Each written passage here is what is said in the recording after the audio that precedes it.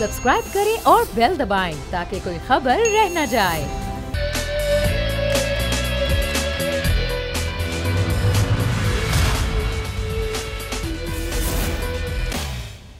बिस्मिल्लाहिर्रहमानिर्रहीम, अस्सलामु अलैकुम। प्रोग्राम में मैं सुमैया रिजवान आपको खुश आमदीद कहती हूँ। नाजरीन, मुल्क में इलेक्शन की बात तो बहुत रोज से हो रही है और ये बात पहले सिर्फ तहरीक इंसाफ कर रही थी, लेकिन अब ये बात खुद हुकूमत यानी कि मुस्लिम लीग नून कर रही है। लेकिन इत्तेहादी ऐसा नहीं चाहते हैं। पाकिस्तान पीपल्स पार्टी ये समझती है कि पहले इस्लाहात होनी चाहिए और फिर इंतखाबात की तरफ जाना चाहिए। आज हम जिन इशूज़ पर हम बात करेंगे वो सबसे पहले अटक का जलसा है तहरीक इंसाफ का, जिस पर हम आज देखेंगे कि आज जो पावर शो कर रही है तहरीक इंसाफ उसकी क्या सूरत हाल है। उसके बाद हम बात करेंगे बिलावल भुट्टो के उस बयान की जिन्होंने कौमी असम्बली में खड़े होकर दिया कि मुझे एक वज़ीर के ज़रिए अदम एतमाद से पहले एक पैगाम भिजवाया गया जिसमें कहा गया कि फ़ौरी इंतखाबात का माने या फिर मार्शल लॉ लगेगा। फिर हम बात करेंगे मरीम नवाज़ के इस बयान की, तो वो ये कहती हैं कि क्यों हम इमरान खान की गंदगी का टोकरा या उनके सारे मामलात का टोकरा अपने सर पर उठाएं। वो ये कहती हैं कि हमें भी इंतखाबात की तरफ जाना चाहिए।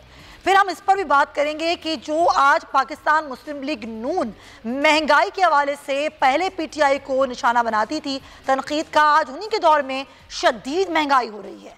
डॉलर 192 पर पहुंच गया है, डिफ़ॉल्ट की तरफ जा रहा है। शौकत तरीन ने न्यूज़ कॉन्फ्रेंस करते हुए कहा कि मुल्क को ये डिफ़ॉल्ट की तरफ लेकर जा रहे हैं। तो इन तमाम इशूज़ पर हम आज के प्रोग्राम में बात करेंगे। इलेक्शन का माहौल बनेगा तो वो कैसे बनेगा, अगर इंतखाबी इस्लाहात होंगी तो वो कैसे होंगी, और इंतखाबी इस्लाहात के लिए क्या पाकिस्तान तहरीक इंसाफ मानेगी या नहीं मानेगी। ये तमाम तर इशूज़ पर हम बात करेंगे, लेकिन सबसे पहले अटक जलसे की बात करते हैं। पाकिस्तान तहरीक इंसाफ अब जेलों और दीगर शहरों के बाद अटक का रुख कर चुकी है। यहाँ पर पंडाल सज चुका है।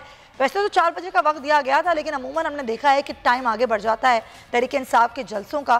तो अभी वहाँ पर क्या सूरत हाल है कि कारकुनान पहुँचना शुरू हो गए हैं, कब तक क़यादत पहुँचेगी, इमरान खान का खिताब कब होगा। हमारे नुमाइंदे हमें वहाँ से बराह रास्त ज्वाइन कर रहे हैं, हाफिज़ खलील अहमद, उनसे बात करते हैं।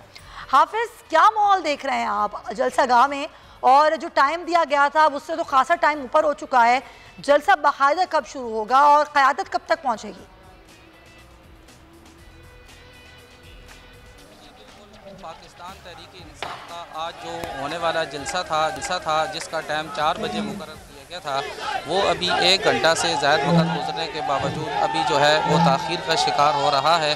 और अभी अगर इस वक्त नई सूरत हाल की ताज़ा तरीन सूरत हाल की बात की जाए तो स्टेज पर अभी तक मकामी जो क़यादत है वो भी अभी तक मौजूद नहीं है, जबकि कारकुनान जो हैं वो बड़ी तादाद में आना शुरू हो चुके हैं। कारकुनों के अंदर इंतहाई जो है जोश व जज्बा पाया जाता है और कारकुन जो है अपने कप्तान को एक झलक देखने के लिए बेताब नज़र आते हैं और कारकुनों में काफ़ी जोश है। जी अच्छा, ये बताइएगा कि अभी कितनी बड़ी तादाद है यहाँ पर लोगों की, क्या लोग पहुँचना शुरू हुए हैं, पहुँच चुके हैं, मज़ीद लोग आएंगे, कितनी कुर्सियाँ लगाई गई हैं यहाँ पर पंडाल में?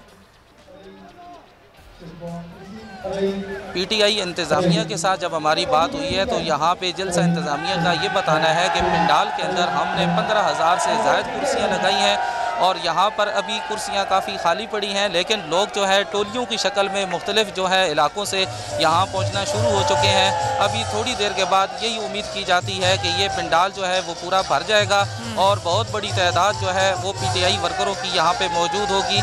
और इसके अलावा यहाँ पर एक ख़ास बात इस जलसे की ये है कि अटक की तारीख में पाकिस्तान पीटीआई की तरफ से जो आज किए जाने वाला जलसा है इसमें जो है ख़वातीन की भी बहुत बड़ी तादाद जो है वो अभी आ चुकी है और मज़ीद ख़वातीन जो है जलसे में भी आना शुरू हो चुकी हैं और उनके लिए अलग जगह बनाई गई है। ठीक है, हाफिज़ खलील अहमद, बहुत शुक्रिया। हमारे नुमाइंदे जलसा गाह से बराह रास्त अपडेट कर रहे थे कि अभी लोग आ रहे हैं, अभी मकामी क़यादत भी यहाँ पर नहीं पहुँचे। लग यूँ रहा है कि रात तक ये सारा मामला शुरू होगा और जलसा गाह में लोग जब भर जाएंगे तो फिर इमरान खान आएंगे, चेयरमैन तहरीक इंसाफ, और वो आके ख़िताब करेंगे।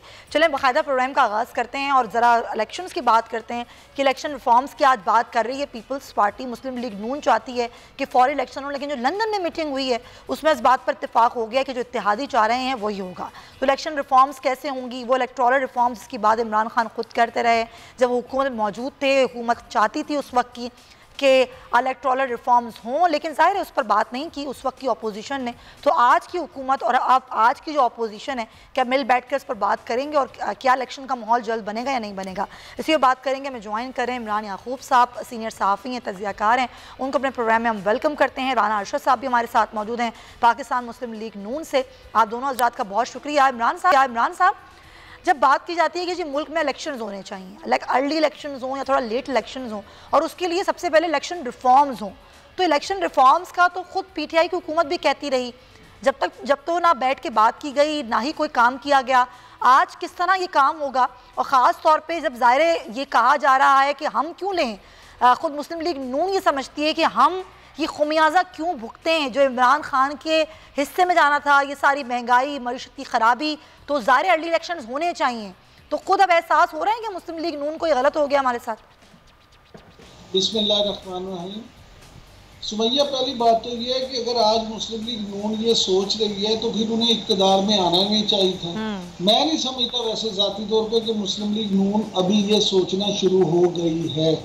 उन्हें अगरचे बाज़ क्वार्टर्स की तरफ से शायद ये कहा जा रहा है, ये एहसास दिलाया जा रहा है, लेकिन अभी तक जो मेरी इतलात है अभी तक वो ऐसा नहीं सोच रहे, ऐसा नहीं समझ रहे। वज़ीर आज़म शहबाज शरीफ साहब को ये पैगाम भी भिजवाया गया कि आप असम्बलियाँ तोड़ दें और तोड़ के इलेक्शन करवा दें। जैसे बिलावल भुट्टो सरदारी ने भी आज कहा कि जी उन्हें भी किसी ने कहा, एक वफाकी वज़ीर ने उनके एक साथी के ज़रिए से उन तक ये पैगाम भिजवाया। तो ऐसी बहुत सी थ्योरीज हैं जो इस वक्त मार्केट में हैं, बहुत से मामलात हैं जिन पर डिस्कशन हो रही है, लेकिन अगर कोई बात सच है तो वो सिर्फ ये है कि इस वक्त मुल्क की माशी सूरत हाल कोई बेहतर नहीं है, बल्कि बहुत ख़राब है। ये आज ख़राब नहीं हुई, इसको आप मियाँ शहबाज शरीफ के 3 हफ्तों की इसकी सारी जिम्मेदारी नहीं डाल सकते। इसकी ये कोई शक नहीं कि जिम्मेदार पिछली हुकूमत है, लेकिन मियाँ शहबाज शरीफ को आप बरीउज़्ज़ुमा भी करार नहीं दे सकते। उसकी बुनियादी वजह यह है कि उन्हें वज़ारत उज़्मा का हलफ उठाते वक्त इस बात का पता था, इस बात का बखूबी अंदाजा था कि मामलात किस कदर ख़राब हो चुके हैं। अगरचे उन्होंने गुज़श्ता इतवार को सहाफ़ियों से मुलाकात करते हुए कहा कि जी मुझे बतौर अपोजिशन लीडर ये पता था कि हालात बड़े ख़राब हैं, लेकिन इस बात का अंदाज़ा नहीं था कि इतने ख़राब हैं जितने कि अब मुझे हुकूमत में आके पता चला। लेकिन बहरहाल अब वो जो भी कहें, बतौर वज़ीर आज़म उन्हें इन हालात को ठीक करना होगा।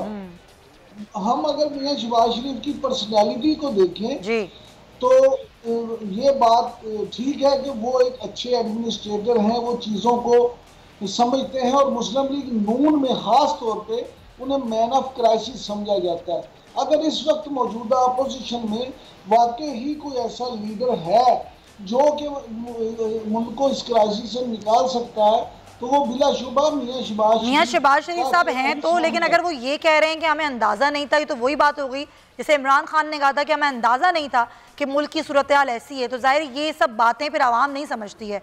पॉइंट है कि मैं इसमें बात करती हूँ, ज़रा राना साहब से ही पूछती हूँ कि क्या ऐसी मजबूरी थी कि आपने सर ले ली अपनी ये सारी चीज़ें।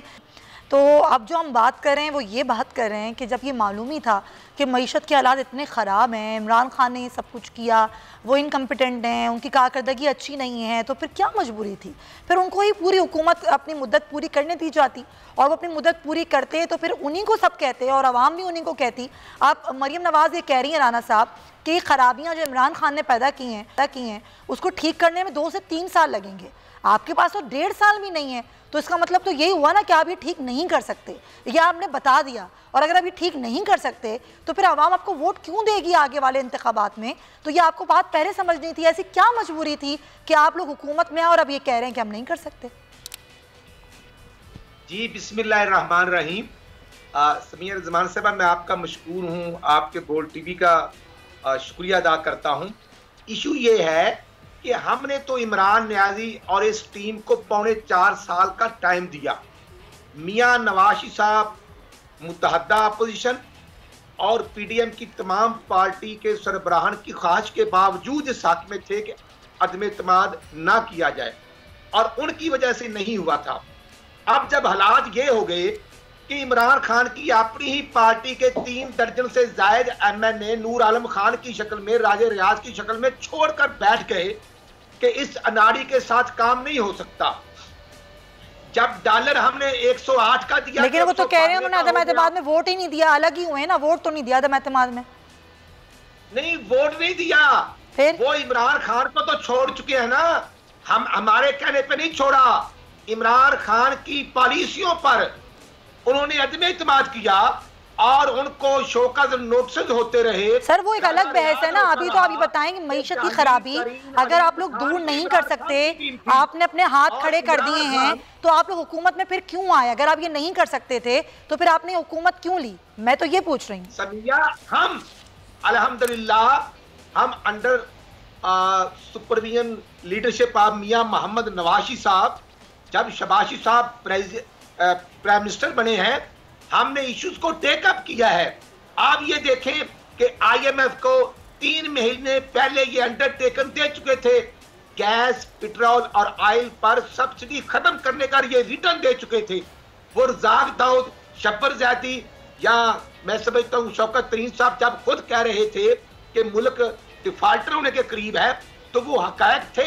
हमने कानूनी प्रोसीजर अडॉप्ट किया। इस नलायक ने जो किया, ये 11:30 बजे आता था यूनिवर्सिटी में दाखिला पढ़ने के लिए और 5 बजे वापस चले जाता था, हेलीकॉप्टर पर खुद आता था और आवाम को ये किया कि एक जिम्मेदार को जो 25 सर अब आप नहीं बता सकते ना, अब एक हद तक ही आप बता सकते हैं क्योंकि आप हुकूमत में हैं, आप हुकूमत में हैं, अब आप पर तनकीद होगी, पहले उन पर तनकीद होती थी, आज आप पर तनकीद होगी।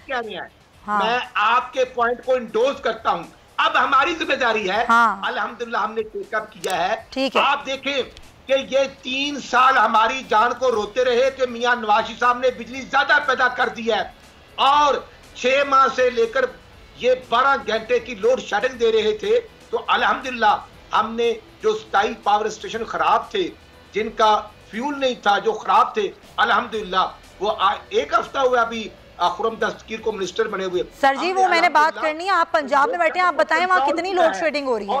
सर आप पंजाब में बैठे हैं, वहाँ बताएं कितनी लोड शेडिंग हो रही है।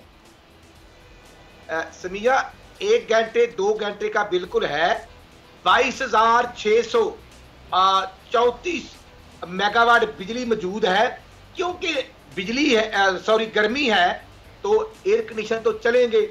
और हम कोशिश कर रहे हैं कि ये ईद उल फितर के बाद हमने 0 कर दी थी और अब जो मैं समझता हूँ कि लोड शेडिंग अगर थोड़ी बहुत ही हो भी रही है, हम कोशिश कर रहे हैं इसको कंट्रोल करने। अच्छा एक बात बताएं सर, चलें ये एक अलग मामला है, आप कोशिश कर रहे हैं मईशत ठीक करने की, आप कोशिश कर रहे हैं सारा लोड शेडिंग का मामला ठीक करने की, ये कोशिशें जो भी हो रही हैं, अभी आपने कहा अंडर द सुपरविजन ऑफ मियां नवाज शरीफ, मियां नवाज शरीफ साहब के अंडर सुपरविजन में कैसे हो रहा है? लंदन में मीटिंग्स कैसे हो रही हैं? इसाक डार के साथ बैठ के मीटिंग्स कैसे हो रही हैं?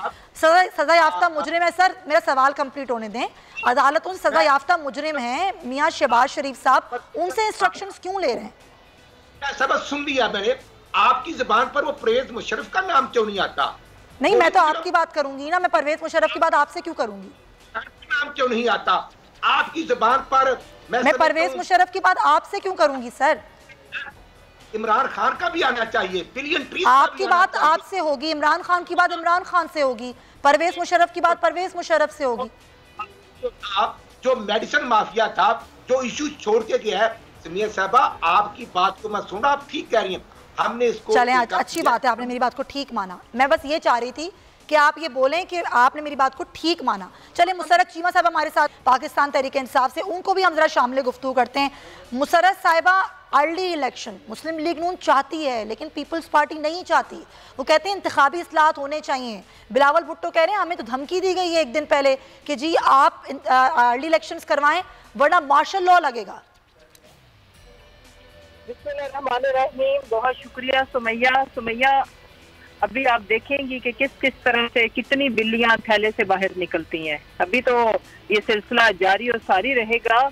इस मुल्क के बदकिस्मती इससे ज्यादा क्या होगी सुमैया कि इस मुल्क में रिफॉर्म्स के बाद पाकिस्तान का सबसे बड़ा डाकू जो गूगल पे टाइप करे तो नाम जरदारी का टाइप करे तो 110% मिस्टर जरदारी, ठीक है। मुझे ये बताएं कि और सबसे ज्यादा कल मैंने उनकी प्रेस कॉन्फ्रेंस देखी, मजाक कि पाकिस्तान की तारीख का सबसे करप्ट आदमी, बाय द वे नवाज और इनमें काफी कंपटीशन है इस मामले में, तो वो क्या कह रहे हैं कि हम नैब में रिफॉर्म्स करेंगे, हम FIA में रिफॉर्म्स करेंगे, हम अकाउंटेबिलिटी के प्रोसेस में रिफॉर्म्स करेंगे। तो आप आगे फिर सोच ही लेना कि किस किस तरह के ये लाइसेंस जारी करेंगे, लाइसेंस फॉर करप्शन, और उसको किस तरह से लीगल करार देंगे। देखें, रिफॉर्म्स ये सिंध के अंदर, और एक छोटी पार्टी इंटीरियर सिंध की पार्टी और एक सेंट्रल पंजाब की पार्टी, ये इस मुल्क की तकदीर ये सोच के कि किस तरह से रिगिंग करनी है, किस तरह से मजीद माफिया को आगे मजबूत करना है, मुमकिन नहीं है। मुमकिन इसलिए अब नहीं रहा सुमैया, आज पाकिस्तान का 22 करोड़ पाकिस्तानी अपने मैंडेट को पहरा देने निकल पड़ा है, अपने बेसिक राइट्स को की राखी के लिए निकल पड़े। पता चल गया है ये जब से गवर्नमेंट आई, आपको पता है पाकिस्तान के फंडामेंटल जो राइट्स है उनको किस तरह से कंप्रोमाइज किया गया है। कश्मीर इशू को, कश्मीर को लेकर के हमने ट्रेड खत्म की हुई थी कि जब तक इंडिया अपना ये जो काला कानून है ये वापस नहीं लेता, और उसके लिए अब स्पेशल किस्म की माशाल्लाह से अरेंजमेंट की जा रही हैं कि जो हसन और हुसैन है उनके पैसे को कैसे इंडिया के साथ ट्रेड को बहाल करके मजीद उस पैसे को खाद लगाई जाए। फिर जिस तरह से हर चीज के ऊपर इनकी बेबरकती और नहूसत वाजे है। मुशर्रफ साहबा, अभी तो आप लोग लॉन्ग मार्च की तरफ जा रहे हैं ना, अभी तो आप लोग लॉन्ग मार्च की तरफ जा रहे हैं, लेकिन हुकूमत ये कह रही है, खुद वजीर दाखिला ये कह रहे हैं कि अगर मैं चाहूँ तो आप 20 बंदे भी नहीं निकाल सकते हैं। तो ऐसी सूरत हाल में नजरबंदियों की बातें हो रही हैं, कैसे करेंगे आप लोग लॉन्ग मार्च? ये करके देख ले ना, ये करके देख ले, ऐसे ही करेंगे जैसे हम जलसे कर रहे हैं। मैंने अर्ज किया कि पाकिस्तान का हर बंदा अपने अब राइट्स को पहरा देगा, और वो दे रहा है, हम उनके शुक्रगुजार हैं। कल आपने जेलम में देखा, आज आप अटक में देखेंगी, और इन लोगों को, और ये जो पैसे दे के एक छोटी छोटी जलसियां, इतने तो हमारे यूनियन काउंसिल आज अटक के जो मेजर ताहिर सादिक ने एक एक रैली की है वो मरियम नवाज के जलसों से बड़ी थी। लिहाजा ये आई ओपनर है। और एक मैं बात प्लान था, इनको पता होना चाहिए सबसे बड़ा प्लानर अल्लाह है, और जब अल्लाह किसी चीज, अल्लाह के आगे किसी की कुदरत बड़ी नहीं है। अल्लाह ने अवाम को एहसास दिलाया, और आज उनको एहसास है कि किस तरह से ये डाकुओं का गुलदस्ता मुल्क के ऊपर काबिज है। ये कब्जा माफिया पहले छोटी सोसाइटीज पे कब्जे करते थे, जमीनों पे, मुल्क की सरकारी लैंड पे कब्जा करते थे। अच्छा, असल जो मुद्दा है ना, असल जो मुद्दा है, सीएम हाउस पे कब्जा, गवर्नर हाउस पे, सर साहब तनकीद होती रहेगी।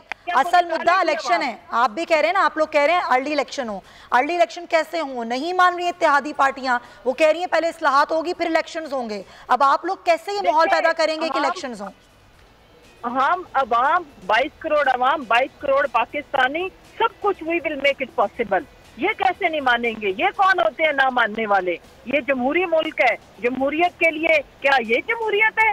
जिस तरह से ये तमाशे कर रहे हैं इस मुल्क का, पूरी के पहले पता है अल्ताफ हुसैन की बारी क्या होता था? पूरी MQM जाती थी मीटिंग्स करने। आज दूसरा बड़ा कन्विक्टेड शख्स, उसके पास वजीर आजम ही उसके चला गया, पूरी काबीना लेके, अब कैबिनेट के इजलास बाहर बैठ के करेगा। Shame on them. और पूरा मुल्क इनके ऊपर, मैं कहती हूँ कि ना सिर्फ आहोपका इनको बद्दुआएं लगेंगी, लेकिन पूरे मुल्क की लानतों से इंशाल्लाह ताला इन्होंने जो अपना आप को, अपने करतूतों को ये वादे किया है। मुशर्रफ साहिबा, लेकिन कभी ऐसा नहीं हुआ कि जलसों से इलेक्शंस हों, जलसों से, धरनों से, लॉन्ग मार्च से इलेक्शंस हों। सिर्फ सवाल इतना सा है कि कैसे माहौल बनाएंगे इलेक्शंस का? आप लोग प्रेशर कैसे होगा जब वो लोग नहीं चाहते इलेक्शंस हों? सुमैया, ये आपका बड़ा ही मासूमाना सवाल है। माहौल तो बन चुका है, अवाम तो इनको तस्लीम नहीं कर रही। अच्छा। और कोई गवर्नमेंट नहीं है। पंजाब पाकिस्तान का 60% जो हिस्सा है, 11 करोड़ का सूबा मेरी बहन, बगैर किसी आयन और कानून के, बगैर किसी हुकूमत के चल रहा है। वहाँ पे कोई हुकूमत नाम की चीज नहीं है। इन्होंने गंदम प्रोक्योर नहीं की, इकोनॉमी का बेड़ा गर्क कर दिया, डॉलर 200 रुपए तक पहुँच गया। कभी मिफ्ता लड़ता है, कभी मेरी 15 में पड़े हुए हैं। मैं ब्रेक ले लूं, मैं ब्रेक ले लूं, में पड़े हुए हैं। मैं ब्रेक ले लूं। मुशर्रफ साहब शुक्रिया आपका, राना साहब का और इमरान याकूब साहब का। मैं लेकिन मुझे एक ब्रेक शामिल करनी है प्रोग्राम में, फिर आके इनसे बात करते हैं। स्टे विद अस।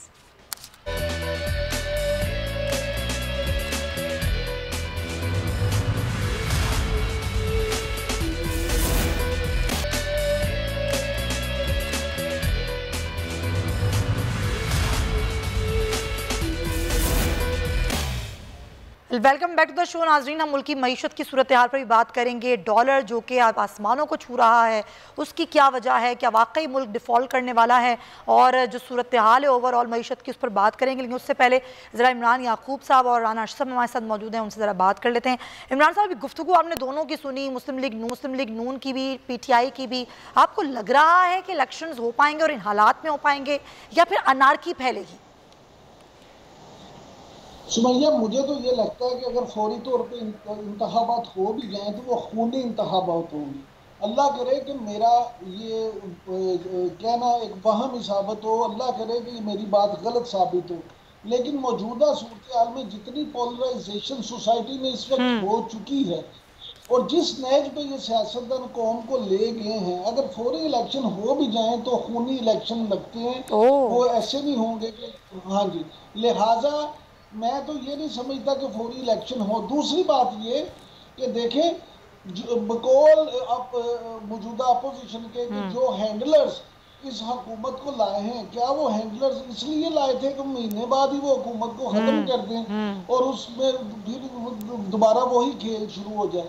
देखें, पहली बात तो ये है कि मौजूदा हुकूमत को जो है वो करवे गूंद पीने होंगे जो वो नहीं भी लेना चाहते, लेकिन उन्हें ये सब कुछ लेना पड़ेगा। और ये अगर आए हैं अपने शौक से, अपनी मर्जी से आए हैं, तो उन्हें भुगतना भी पड़ेगा। सही बात। लेकिन सूरत सिर्फ ये है कि मियां शहबाज शरीफ बतौर वजीर आजम अगर कुछ ऐसा डिलीवर कर जाते हैं और उनके साथ हमजा शहबाज बतौर वजीर आला अपनी परफॉर्मेंस से कुछ ऐसा साबित कर देते हैं जिससे अवाम में ये तासुर पैदा हो कि जनाब इन्होंने अगर 6 महीने में, साल में या सवा साल में वो कर दिया जो कि पिछले 3.25 साल में नहीं किया। हाँ बिल्कुल। तो फिर तो ये परसेप्शन बन जाए अगर, तो आइंदा इंतखाबात में ये कामयाब होंगे। बिल्कुल सही बात है। अगर ये परसेप्शन बिल्ड ना कर सके और कुछ कारकर्दगी खास ना कर सके तो फिर रावी इनके लिए भी चैन नहीं लिखेगा। जाहिर है, बिल्कुल आपने बिल्कुल दुरुस्त बात की है। जी राना साहब क्या कहेंगे क्विकली सर? देखो जी, बात ये है, हम खुद इलेक्शन करवाना चाहते हैं, लेकिन जो बात चीफ इलेक्शन कमिश्नर ने चीफ जस्टिस ऑफ पाकिस्तान के 7 महीने चाहिए, अब हम चाहते हैं इलेक्शन रिफॉर्म जो 2017 में हुई और उसकी कंटिन्यूटी है।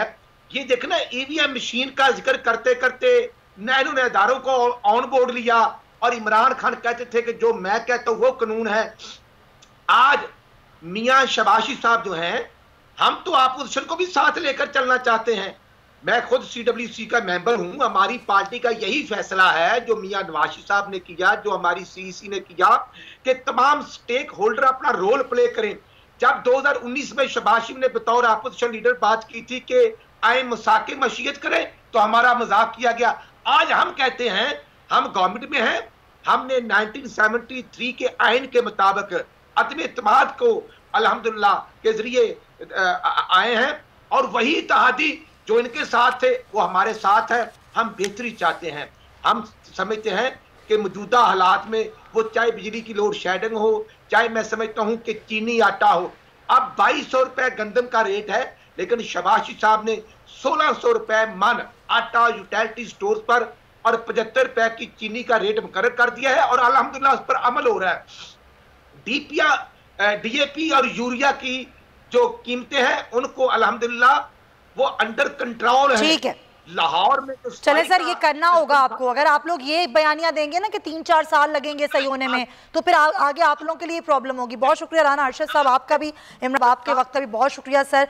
जो बात हम कर रहे हैं मुल्क की मईशत की, और जब भी मुस्तकिल बात हो रही है कि ज़ाहिर इसको ठीक करने के लिए कह रही है आज की हुकूमत, मुस्लिम लीग नून की हुकूमत, और ये भी कह रही है कि पिछले 4 साल का मामला है, इसको ठीक करना इतना भी आसान नहीं है। लेकिन इस वक्त इंटरबैंक में डॉलर मजीद महंगा हो गया है। 191 रुपये 75 पैसे आज का रेट है, जिस तरह स्टॉक मार्केट की सूरत हाल है, डॉलर की सूरत हाल है, पेट्रोल पे सब्सिडी ख़त्म करने की बात हो रही है, IMF की शराइत पूरी करनी है, तो ये होगा कैसे? IMF के प्रोग्राम में रहना भी है और IMF की शराइत माननी भी है, तो उसको लेते हुए और चलते हुए हुकूमत क्या कुछ कर पाएगी आवाम के लिए या नहीं कर पाएगी, इसी पर हम बात करेंगे। हमारे साथ मौजूद हैं हफीज़ पाशा साहब, साबिक़ वज़ीर ख़ज़ाना है, माहिर माशियात हैं, उनको हम वेलकम कहेंगे। हफीज़ पाशा साहब, बहुत शुक्रिया सर आपके वक्त का। सर आपकी माहिराना राय क्या कहती है जो इस वक्त सूरत हाल मईशत की, जिस तरह डॉलर को पड़ लग गए हैं, स्टॉक मार्केट की जो सूरत हाल है, IMF की शराइत भी पूरी करनी है, कि कोई रिलीफ ये हुकूमत दे पाएगी आवाम को? बिस्मिल्लाहिर्रहमानिर्रहीम। यकीनन आप जिस तरह कह रही हैं हालात बहुत परेशान कुन हैं।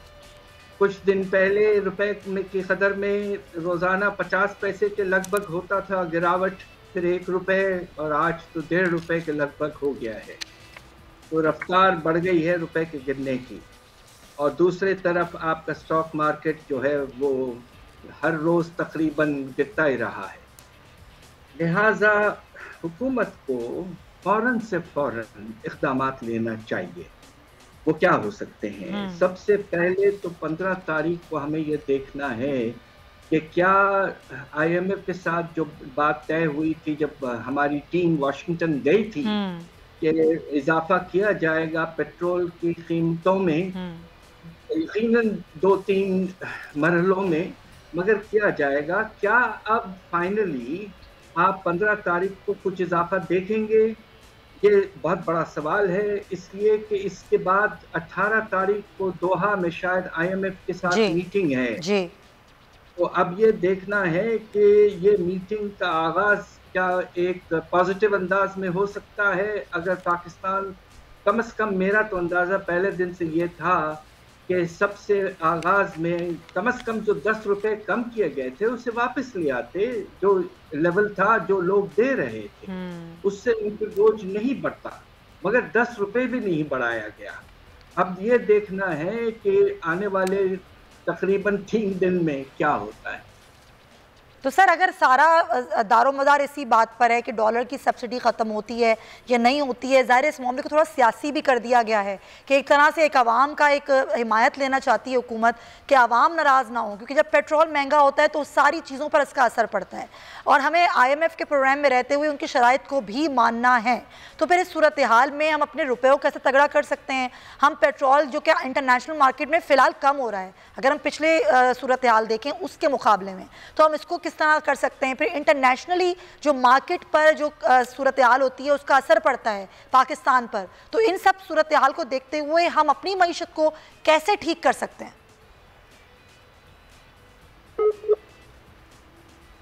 जी डॉक्टर साहब, उन्हें ये अंदाजा जरूर होना चाहिए था कि हालात हद से ज्यादा खराब हो चुके हैं। और ये जो रिलीफ दिया गया है नामुनासिब था, मगर तकरीबन 1 महीना होने को आया है और हुकूमत ने कोई खास इक़दामात नहीं लिए हैं अभी तक। अलबत्ता कोशिश उनकी यही रही है कि कहीं न कहीं कुछ रिलीफ दी जाए और इस तरह उन्होंने यूटिलिटी स्टोर्स कॉरपोरेशन में भी कुछ कमी की कीमतों में और उसको अभी भी जारी रखा है।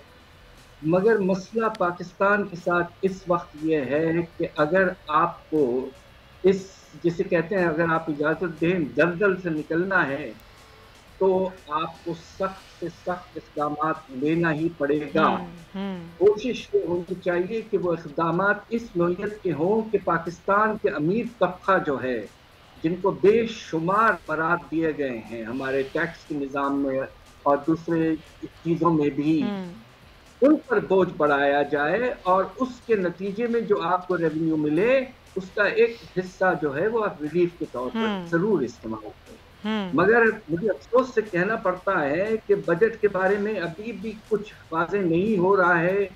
हुकूमत को तो मेरे ख्याल से तैयार ये करनी चाहिए थी कि बजट जल्द से जल्द ले आएँ, कोशिश करें कि मई के आखिरी हफ्ते में ले आएँ ताकि एक उससे पॉजिटिव कॉन्फिडेंस में इजाफा हो और एक अच्छा बजट लाएं जिसमें प्रोग्रेसिव टैक्स इक़दामात हों और कोशिश की जाए कि खर्चों में नुमाया तौर पर कमी की जाए। ठीक है। अब ये देखना है कि बजट कब आ रहा है, किस तरह का आएगा। इस वक्त कुछ कह नहीं सकते। बिल्कुल आप सही कह रहे हैं सर। अच्छा, एक और मामला है, all Pakistan textile mill association के जो अदाद शुमार हैं उसके मुताबिक जो पाकिस्तान की बरामदात थी खासतौर पर बरतानिया के हवाले से, वो हमने 2021 से 22 तक देखा कि 33% इसमें इजाफा हुआ, एक रिकॉर्ड इजाफा जिसे कहा जा रहा है। और माली साल 2021 में ये तकरीबन $2.05 मिलियन तक था, जो कि बढ़ गया। और अगर हम बात करें कि $16 बिलियन का इसमें इजाफा देखने में आया,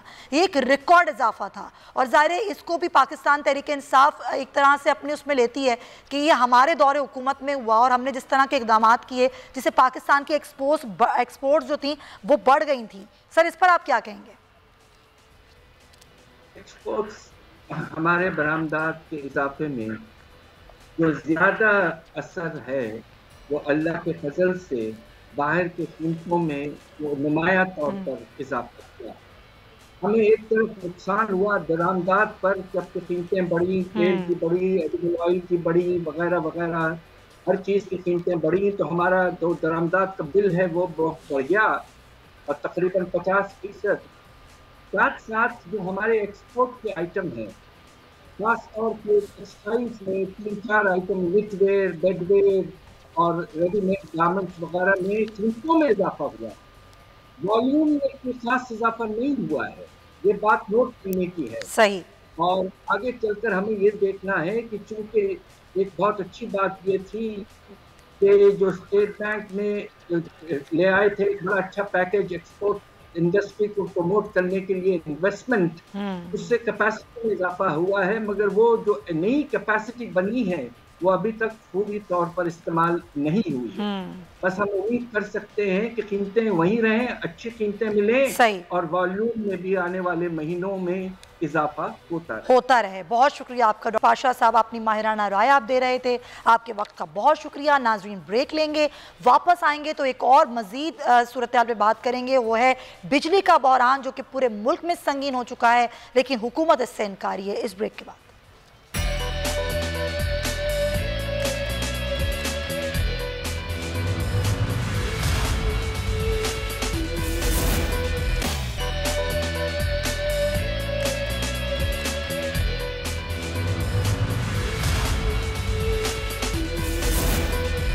वेलकम बैक नाजरीन। मुल्क भर में बिजली का संगीन बहरान जारी है और कई शहरों में कई घंटों की लोड शेडिंग मामूल का हिस्सा बन गई है, जिसकी वजह से ये कहा जा रहा है कि लाइन लॉसेस और शॉर्टफॉल जो है वो उसकी वजह है।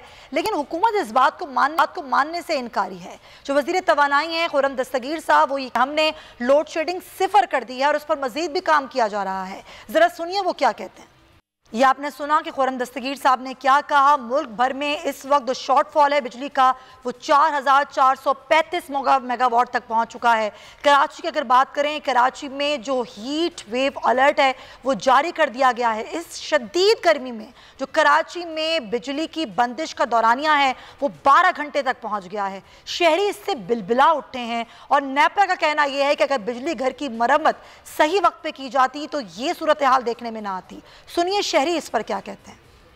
ऐसे ये बस चल रहा है जो चल रहा है, किसी का कोई ख्याल ही नहीं है, करने वाले अपनी मर्जी चलाए जा रहे हैं। ये सब हुकूमतें ऐसी हैं, जो भी आता है यही कहता है कि हम यूँ कर देंगे, हम यूँ कर देंगे, कोई कुछ नहीं करता है। हमारे तो 4-4 घंटे की लोड शेडिंग हो रही है, लाइट है ही नहीं, बिल्कुल ही नहीं। 4 घंटे फिर दोपहर को आधा घंटा आ जाता है फिर चला जाता है लाइट।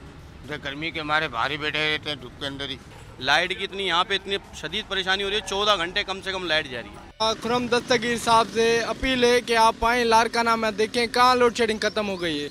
एक तो इतनी गर्मी है, लोग ज़हनी मरीज हो गए हैं कि यहाँ पर लाइट नहीं है। मोहल्ले में 15-15, 20-20 घंटा बिजली नहीं आती और ये कह रहे हैं कि लोड शेडिंग खत्म हो गई। कहाँ खत्म हो गई है? बिजली का कोई सहूलत का नहीं, गर्मी बहुत गर्मी है, असार का भी सहूलत का नहीं। हुकूमत को ऐसा भाई नहीं, हमें क्या पता सही, हम तो इधर ही दुकान पे बैठे हुए। हुकूमत तो बड़ी बातें कर रही है, भाई ऐसे करने ऐसे कर देंगे, ये कुछ नहीं हो रहा है। आवाम की आपने बात सुनी, आवाम का यही कहना है कोई भी हुकूमत हो हमें तो कोई रिलीफ नहीं मिलता। अगर आज कोई भी बयानिया बनाया जाता है या किसी किस्म के कोई भी जस्टिफिकेशन दी जाती है कि क्यों बिजली नहीं मिल रही है तो आवाम उस जस्टिफिकेशन को मानने को तैयार नहीं है। बिजली जो है वो नहीं मिल रही है, पानी नायाब हो चुका है, गर्मी इतनी ज़्यादा है कि बगैर पंखे के वक्त गुजारना नामुमकिन हो चुका है। हुकूमत को चाहिए कि रियलिटी को मद्देनज़र रखे और इस रियलिटी को मद्देनज़र रखते हुए इक़दाम किए जाएँ ताकि आवाम का इस बिजली की बंदिश से, लोड शेडिंग से छुटकारा दिलाया जा सके। आगे बढ़ेंगे और बात करते हैं जो सहाफ़ियों को जिस तरीके से बयान उनकी ज़ुबान बंदी की जा रही है, जिस तरह के उनको हिरासत किया जा रहा है और इस्लामाबाद हाई कोर्ट का हुक्मनामा भी सामने आ गया है। सीनियर सहाफ़ी समी इब्राहिम पर FIA का जो मुकदमा उस पर समी इब्राहिम की गिरफ्तारी से रोक दिया गया है FIA को, और वकील समी इब्राहिम ये कहते हैं कि अभी तक FIA वाज़ेह नहीं कर सकी है कि ये जो नोटिस दिया गया है ये किस इल्ज़ाम के तहत दिया गया है, क्या इल्ज़ाम क्या है समी इब्राहिम पर। अलबत्ता जो अरबाब इख्तियार सच के जो अलमबरदार हैं, जो सच के हकदार हैं, जो बोल रहे हैं सच, उनकी ज़ुबान बंदी, उनकी ज़ुबान पर ताले डालने का जो अमल है वो वैसे ही जारी है। इसके साथ साथ जो अपने ही लोग हैं यानी कि सहाफ़ी हैं जो दूसरे चैनल्स में काम करते हैं वो भी अजीब व गरीब ट्वीट्स कर रहे हैं और जिस तरह के ट्वीट्स किए जा रहे हैं, जिस तरह की धमकियां अपने ट्वीट्स में दी जा रही हैं वो भी हैरान कुन और परेशान कुन है। आसिफ बशीर चौधरी जो कि एक अच्छा और बड़ा नाम है, सहाफ़ी हैं, और वो इस तरह की धमकियाँ देते हुए कल नज़र आए। उन्होंने समी इब्राहिम को और अरशद शरीफ को और इमरान रियाज को टारगेट किया और ये ट्वीट भी हम आपको दिखा रहे हैं। उन्होंने कहा कि यानी आप तब्दील नहीं कर सकते हैं, और उन्होंने ये भी कहा कि आप मुखालिफ को इस तरह से नहीं जोड़ा जा सकता। डबल एजेंट उन्होंने करार दिया उन सहाफ़ियों को और ये तक कहा कि ऐसा करने पर गोलियां मार दी जाती हैं। तो ये जो सूरत हाल अब पैदा हो रही है बड़ी परेशान कुन है। मुल्क में अगर सहाफ़ी जो हैं वो इस तरह की बातें करेंगे तो फिर कैसे मामला चलेगा। ये वो ट्वीट हम आपको दिखा रहे हैं जो उसके बाद उन्होंने किया, लेकिन इससे पहले उन्होंने जो ट्वीट किया था वो उन्होंने डिलीट कर दिया था और डिलीट करने के बाद एक नया ट्वीट था जो उनकी जानिब से ये किया गया था। तो सवाल ये उठता है कि अपनी ही बिरादरी के लोग अगर अपनी ही बिरादरी के लोगों से इस तरह की बातें करेंगे, इस तरह की धमकियां देंगे ट्वीट्स में, तो किस तरीके से बात होगी। क्योंकि सहाफ़ी हमेशा अपने कलम की ताकत से, अपनी ज़ुबान की ताकत से हक़ और सच बयान करता है। वो सवाल उठाता है जो आवाम के सवाल होते हैं, वो आवाम की आवाज़ बनता है, और आवाम की आवाज़ बनने पर अगर उसको इस तरह की धमकियां दी जाएंगी, उसको इस तरीके से उसकी ज़ुबान बंदी की जाएगी, तो फिर ये तो बहुत ही गलत रविश पर हम जा रहे हैं। ये आज का दौर नहीं है, हर दौर में ही सहाफ़ियों की ज़ुबान बंदी की गई है। जब भी किसी सहाफ़ी के कलम ने सच लिखा, जब भी किसी सहाफ़ी की ज़ुबान ने सच बोला या सच और हक़ की बात की या अपना कोई सवाल उठाया, तो उस पर हमेशा इस तरह के इक़दाम हमने देखे हैं माजी में। हम उम्मीद करते हैं कि आगे इस तरह के इक़दाम ना किए जाएँ। सहाफ़ियों को सच बोलने की और सच लिखने की आज़ादी इस मुल्क में होनी चाहिए। इसी के साथ ही नाज़ वक्त ख़त्म होता है। इंशाअल्लाह आपसे मुलाकात होगी कल। अपना बहुत ख्याल रखिएगा। अल्लाह हाफ़िज़।